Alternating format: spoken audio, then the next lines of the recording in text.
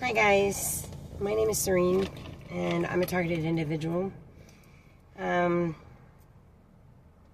made a handful of videos and posted them here on my channel, and I haven't made one in a long time, but I feel compelled to get on here and make a video today because I was just on Facebook and I'm in some TI groups, and there's this girl on there that keeps coming on and keep coming across her videos where she's a mom. She gets Voice to Skull, and she keeps making videos about terrorists talking in her head, and she wants them sentenced to death. Well, today's video, she was very vulnerable, and she was crying, and she was crying about how painful it is. And because if you get V2K, you know that it is painful. It's hard to deal with. It's like constant bombardment that takes over your life. It's like it takes you away from your children. It completely takes away your peace. I remember in the beginning when I got started to get V2K 10 years ago, and I kept thinking, be out at the lake or something, and all my friends are looking up at the stars, and all I wanted was to look at the stars in peace and not have them harassing me while I was like, I just wanted some peace and quiet. I remember saying how that I took silence for granted, and I did. Before the V2K, I didn't want to be alone ever. I didn't want quiet. That allowed me to be. That made me like stuck with my own thoughts. You know what I mean? And I had a rough life growing up, so it's like sometimes I didn't want to be alone with my own thoughts, but boy, after the V2K, I sure did. So all I wanted more than anything is to be alone with my own thoughts. I wanted quiet. I wanted to look up at the stars and not hear anything. And so this girl is crying, like how she just wants to be with her kids and to have fun, to wake up happy. And it pisses me off. It's like I have to deal with the V2K too, but I've been dealing with it for 10 years. And I found a way to distract myself. So when they start to get to me, and they usually do a couple times a day, like get to me really bad if I'm like don't have a way to get on YouTube or to distract myself, but I play music that I know the words to. I get on YouTube and I sing, and completely distracts me from them so that I can avoid it. But it's like there's so many of us suffering with this, and it's not right, and it's not fair. It's absolutely disgusting that they can pipe voices into our heads and harass us 24 hours a day for the rest of our lives. It's absolutely disgusting. And they're starting to do it to younger people, to young kids, and who haven't had a chance to live their life. It's like mine started when I was 40. So, and I lived a pretty full life. I got to do a lot of things. I've been a lot of places. I've met a lot of people. I've had so much fun in my life, and I'm thankful that it didn't start until I was 40, but I'm fucking pissed off that they're doing it to 16-year-olds. You know what I mean? Kids that haven't had their first kiss. Kids that when they, that have to go to school. It's hard enough having to deal with bullies in school, but it's like kids that when they make love for the first time, they're going to have an entourage heckling them and making fun of them. I mean, how horrid a thought is that? You know? I didn't have to go through pregnancy with these bitches in my head. I didn't have to live with them growing up. I mean, I'm pissed off enough as it is having to live with them for the rest of my life, you know? I'm turning 50 in 2 months. Birthday. It's my birthday. And, you know, and this has been happening since 2015. And it has changed the relationship with my son. Most definitely. Most definitely. Because it's like we used to be so much closer. And then I started avoiding him because of the things that they would say. They would say nasty, perverted things when I was hanging out with my son. And to try to make me uncomfortable, and that's exactly what it did. It made me uncomfortable, and so I started avoiding hanging out with my son, being close to him, cuddling with him, and I should not have done that. I should have just ignored them, but, you know, in hindsight, you know, it was kind of in the beginning, and I didn't know how to deal with it yet, but it's like, watching that girl cry today brought back so many emotions of when this first started, and now, and how I feel, and how I still feel 10 years later, you know. Sometimes I cry, you know. Sometimes I cry because, you know what, out of anything, you know, growing up, never in my wildest dreams could I have imagined that this was possible, that such cruelty could happen. I mean, I knew cruel things could happen. You know, we had the Holocaust. Our government, the CIA, is notorious for experimenting on people, experimenting on children. You know, it's absolutely disgusting. But, you know, as I get further into it, you know, all I want is my sovereignty. I want peace and quiet in my head, like everybody else. I watch people all the time play and be with their families and sit and read a book and things that people take for granted, things that I took for granted. But it's like, I'm like, out of all the billions of people in the world, how is it that I'm that percent? You know what I mean? Along with you guys. It breaks my heart seeing more and more people coming into this, and I'm trying to reach out to them. I'm trying to say, you know, message me. Because we're not talking to each other. What we're doing is letting them win. All right, so we're going on Facebook and we're complaining about what's going on, but we're not sharing stories. We're not getting together. We're not meeting each other. We're not talking to each other. We're not supporting each other. You know, it is true. The statement, "Together we stand, divided we fall." They have got us isolated. That is how they're winning this game. It's a game. To them, not to us. It's not a game. It's our freaking lives. But we're all, I mean, they did it on purpose. They isolate us so that we can't get together, so that we can't talk, that we're easier to take down, and they can keep doing what they're doing. But it's like, I don't know what I gotta do to get you guys to stand up with me. We've got to meet. We've got to talk. We've got to share stories. That's the only way out of this.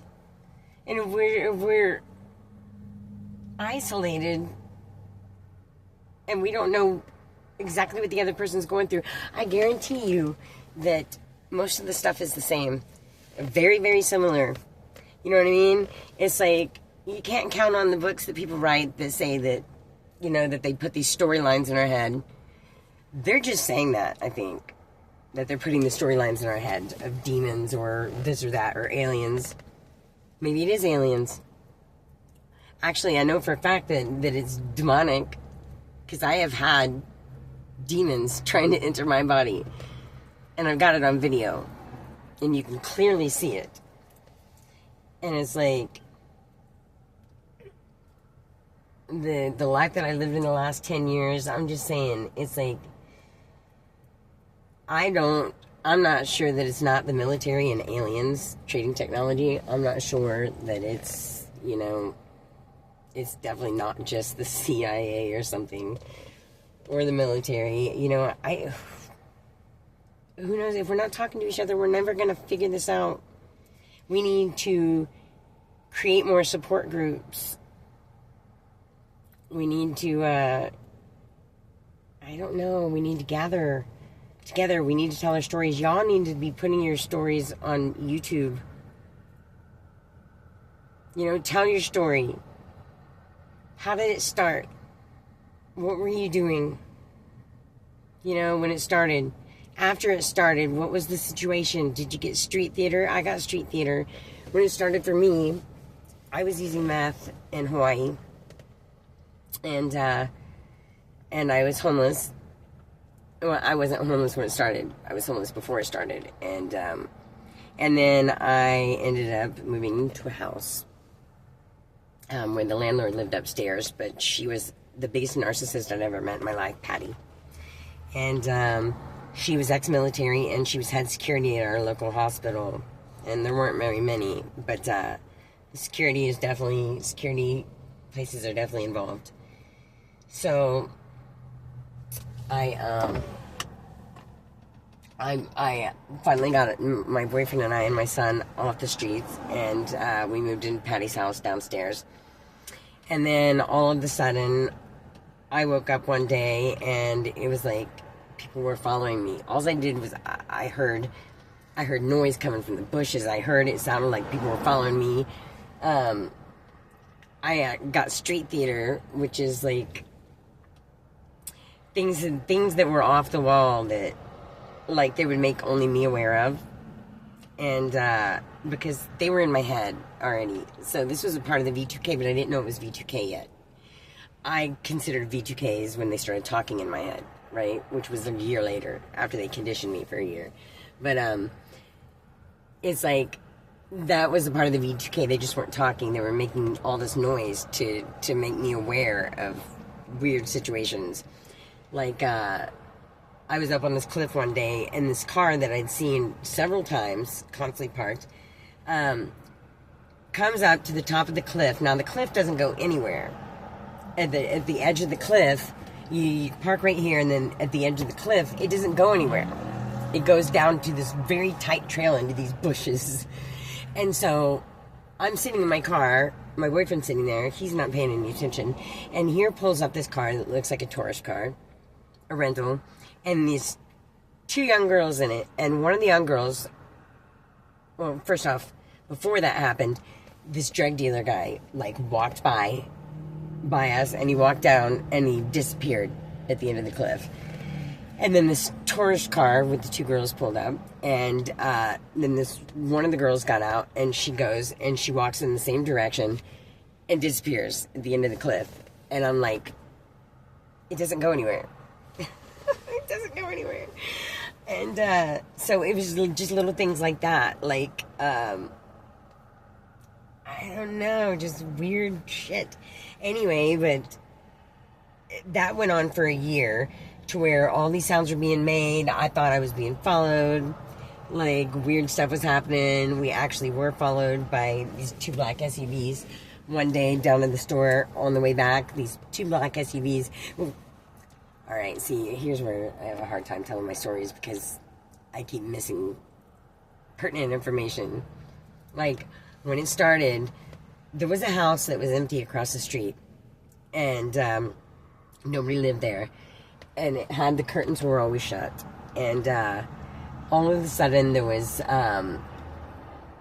I could see the curtains would open just a little bit, and then a camera come to the front, and it was pointed in the direction of the house that I was staying in, and it kept moving like there was somebody in there watching us. So we go down to the store one day, and we're followed back up the hill. We live up the hill. This house is on the right, we're on the left, and 2 black SUVs follow us up the hill, and it's nighttime. Follow us up the hill, and then when we got right to the top of the hill, they flashed their lights and then pulled into the empty house. And then we pulled into the driveway where we lived, and my landlord was sitting there in the garage. Like it was like they signaled her, you know what I mean? It was just like weird stuff. I knew she was involved, that she put me in the program, because like it sounded like people were outside my window all night, every night, talking and keeping me up. So I didn't know what the heck was going on, so I was just like frantic. And then I come out one morning, and her boyfriend are sitting at the table in the garage, and they got their cell phones, and they're like this. They're looking at the phones, they look at each other, and then they look at the phones, and they giggle, and then they look at me, like, and then they look at each other and laugh. I'm like, the fuck? Y'all know. You know what I mean? It's like, she was such a big narcissist that she couldn't not let me know that it was her. You know, she had to. I mean, without saying it, but she, you know, she was that big of a freaking egotistical bitch. So, anyway, it's gonna take a long time to tell my story, but, long story short, and I'm not gonna go very far on this one, is that, a year later, and I had moved out from her house because I wanted to get away from whatever it was, and I thought I was going to, and I didn't, because I'm walking across my bedroom one day after I moved, and all of a sudden in my head, a female and a male started talking, and they said, "We know that you have acid, LSD, hidden in a Sharpie in your boyfriend's taxi. And he drives around with the kid in the car, and they're like, you're gonna lose your kid." And then they came up with, like, I wasn't reporting that my boyfriend was making money and I was getting assistance. I wasn't reporting that he had a job, and they knew that. They knew everything. They had been in my head for a year. So they said, and then they were like, and you're gonna go to prison, and you're gonna lose your kid. Well, this was the thing for like 2 months straight. Like, I would get up to walk my kid to school, to preschool down the street, and the whole time they're like, "You're losing your kid today. You'll never see, you won't see him for a long time. You're going to prison."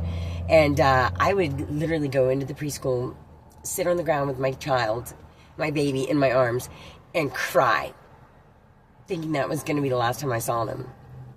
Well, days went by and weeks went by, and they said the same thing over and over again. I was afraid to leave my house, but then I did come out, and it seemed like everybody in the parade was like looking at me like they were in on it. And all this time went by and nothing happened. Cops never came. I never lost my kid. I never went to jail. And I realized they weren't going to do anything. So, come time, my kid's dad broke his neck in a car accident. 4th of July, he gets in a car accident, T-bones a tour bus, and breaks his neck. And so he's a quadriplegic now, but he had to move back to Spokane, where he's from, so his parents could help take care of him. And my son and I plan to move back also, to live with him and take care of him. And so, but we had to stay on Kauai for a little bit longer to make some money. And so we did that when he went to Spokane. And this whole time, these witches in my head, now it's 3 female. They tell me, "We can't, of course, no, you're so stupid. We can't follow you on the airplane. We don't reach that far. We're not going with you. It's going to be over when you leave." And you know, after them saying that over and over and over again and calling me stupid, I was like, I believed them. I was hopeful anyway, because it'd been a while and I was over it. Like, they were affecting my new job. I couldn't think, because every time I'd try to learn the computer system at the hotel, they were like, oh, she's so stupid. You're so stupid. You're so fucking stupid. Oh my God, she's so stupid. And it's like, I couldn't learn with them calling me stupid over and over again every time I tried to get into something or learn something. And so anyway, it came time to leave Kauai. And so I get on the airplane with my son. And they're talking when we're on the ground a little bit. And they're like, we'll see ya. It sucks that we can't do this any longer. And so all of a sudden they go silent when we take off. So this is flying from Hawaii to Washington. And they go quiet. And they're quiet all the way up in the air. And they're quiet for a good 30 minutes while we're flying. And I've got my kid in my arms. And I'm just like, I'm thinking they're gone. I'm like, oh my God. I'm like, is this really, are they really gone? I'm getting hopeful. And then, all of a sudden, they started laughing really loud, and they're like, fuck you, we're not going anywhere, and they're just like, we're here to stay, we're like, you can't get rid of us. And so I sat with my child on my lap the whole flight and cried all the way to Washington. I sobbed silently, because it's like, I didn't want them in my head anymore.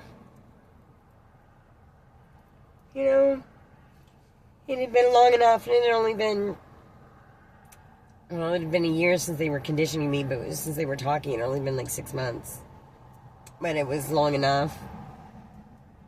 It was excruciating 6 months. I'm 10 years in now. And, I made the mistake of yelling back at them in the beginning, so now it's become a habit. And the more you engage with them, the worse it gets. And the harder it gets to not say anything out loud. I'm just like, when they start off, they can just say my name, and it gives me such high anxiety that I'm like, leave me the fuck alone. You know what I mean? Leave me alone. Fuck you. But I've learned to, I have YouTube on my phone, and I take my phone everywhere with me. I even dropped one in the bathtub recently, but it's like, I immediately hit the YouTube button, and I've gotten my algorithm, all the stuff I like to watch. I like to watch Andy from 13 Moon Tarot. She's very calming and soothing. Like, her voice is just the way that she reads. She's an intuitive reader, and I feel like she's telling my life story. I mean, seriously, in detail. Every single reading. Her and the Rare Gazelle, Reem. It's, incredible. The things that they say, and I'm like, oh my God, I'm doing that right now.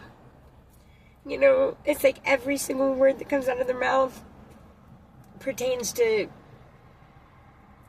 in detail, things that happen. She mentioned a red ribbon. Well, I just found a red ribbon in the backseat of my car where she mentioned a red ribbon in a car. And I'm like, I picked up these poinsettias, and I ended up throwing them away, but then the red ribbon was back here. It's right here. Right here. You know what I mean? It's not just this. It's everything. Everything. Down to, details of, she said something one time about raccoon energy, and I'm like, no, it wasn't just raccoon energy and a fight, having a fight with somebody. And I was like, it wasn't just raccoon energy. I literally, and I got in a knockdown, drag out fight with my mom over these kittens that I went and saved from this raccoon that was picking them off one by one. Just little details like that. But without her, I would be so lost right now. She's actually saved my son and I's life a couple times. My telling us to check our blind spots. And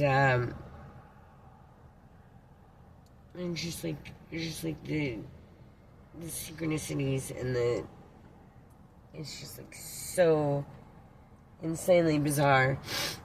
But I think I'm not the only one they're talking to, but because I think a lot of people in the collective are having the same similar type things, but I think I'm the main one they're talking to, because it's like being at TI, it's like I lived with a handler, my handler for 4 years, and he tried to kill me. And my son and I had to run. I mean, it's like I went through some bizarre shit over that 4 years. And anyway, my son and I ended up having to run from our house, from Washington, from everything we owned. All my kids' toys, like everything.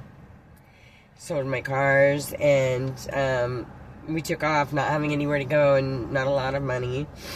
And we ended up back in Vegas, home. And then my mom and her boyfriend were like, we're going to buy a house in Tennessee. Now, I grew up, my mom was always my, like, going home to mom no matter where she lived. All the stuff that I grew up with was there, and it was, like, always my safe spot. I always felt safe when I was home. And so her and her boyfriend are like, you know, you can come live with us, you and Ty, and have, like, a real home life and get back on your feet. His boyfriend gave me this car that he had gotten when his grandfather died. He just gave it to me to help, and thank God for this car, because it was my home for almost a year. So we say yes, we'll go to Tennessee to live with you. And I'm thinking I'm going to have some stability for my son. And so we get there, and my lungs start going out, and it's like all these things are happening. One day I was fine, breathing just fine, jumping on a trampoline. The next day I was gasping for air, laying on the ground. And it's like the flooring people that came out, because I went ahead of time to clean up the place and do work around the property. First night there, I was admitted to the hospital on Mother's Day for 4 days with pneumonia, and they diagnosed me with COPD, which is a gradual thing and it's chronic.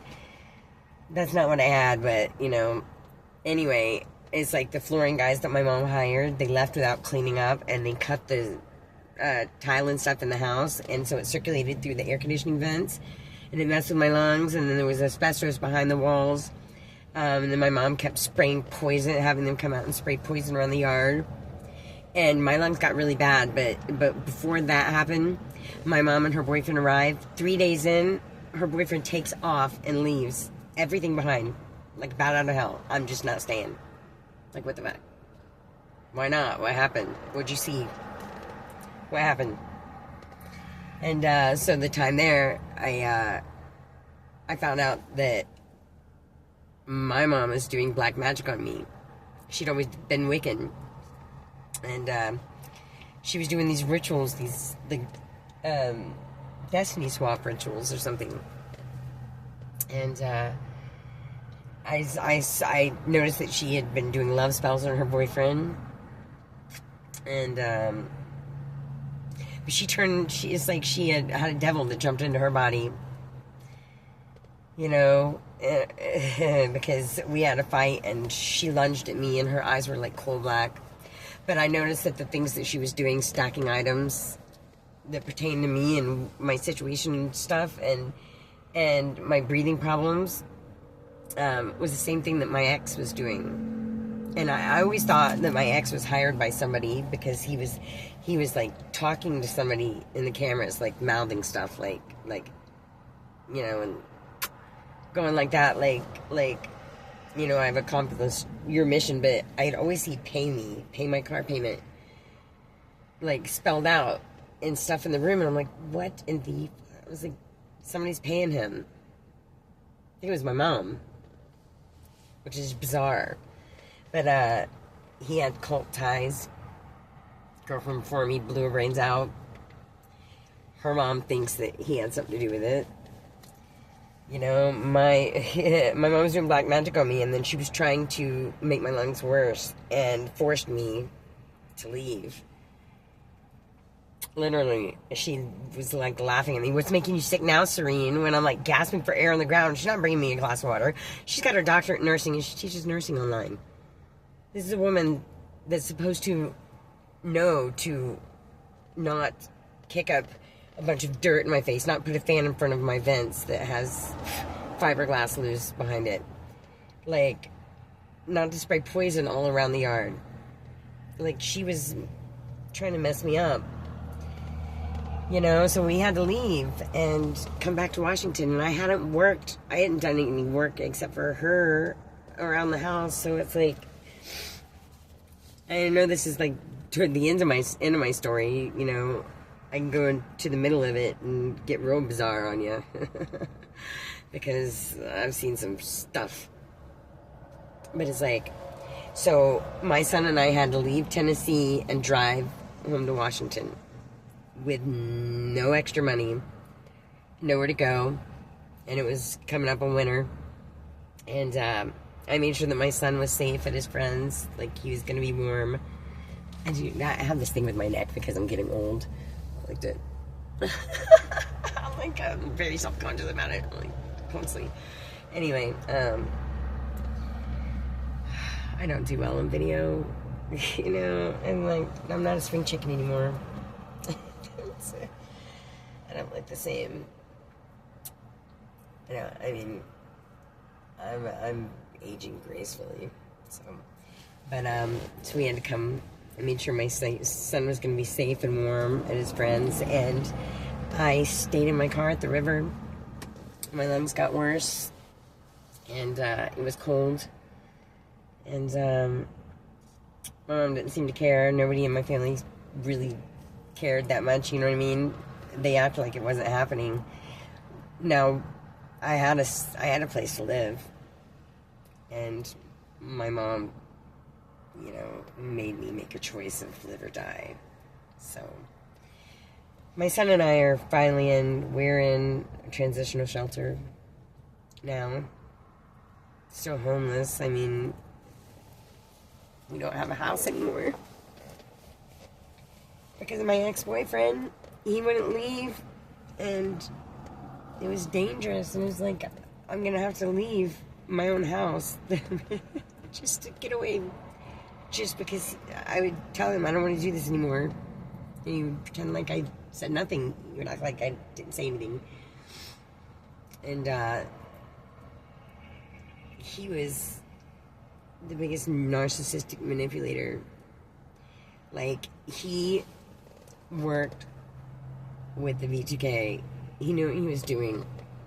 He was withholding what I wanted more than anything was affection, and he would be intimate with me, and then but not too close, you know what I mean? Not the love, I love you type shit, but he would be intimate with me, and then he would go cold on me, and he was always disappearing.